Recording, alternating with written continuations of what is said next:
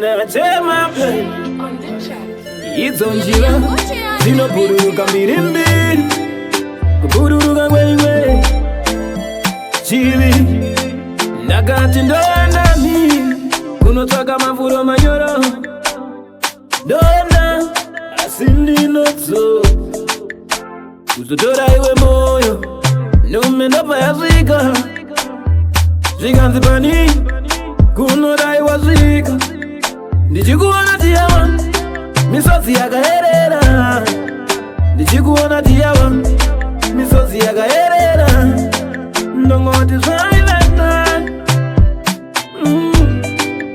tiri pamwe iwewe neni, ndongoti zvaivena tichionera naikoko namone mumatambudziko, ndongoti zvaivena tiri pamwe iwewe neni, zvaivenani kuineni ndisipo waionekwa nani, pazvairwadza waichemerani, misodzi yava kunge chibhorani, Jorodhani naiwe mami badiwani wafunga kundisiya tani, ndongoti zvaivenani iwe wangu ndarasikirwa, chimwe changu ndapfutirwa,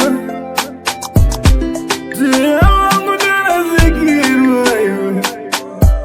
wafunga nemumoyo ndazvindirwa, ndongoti zvaivenani mami, ndongoti zvaivenani tichionera naikoko namone mumatambudziko, ndongoti zvaivenani tiri pamwe iwewe neni,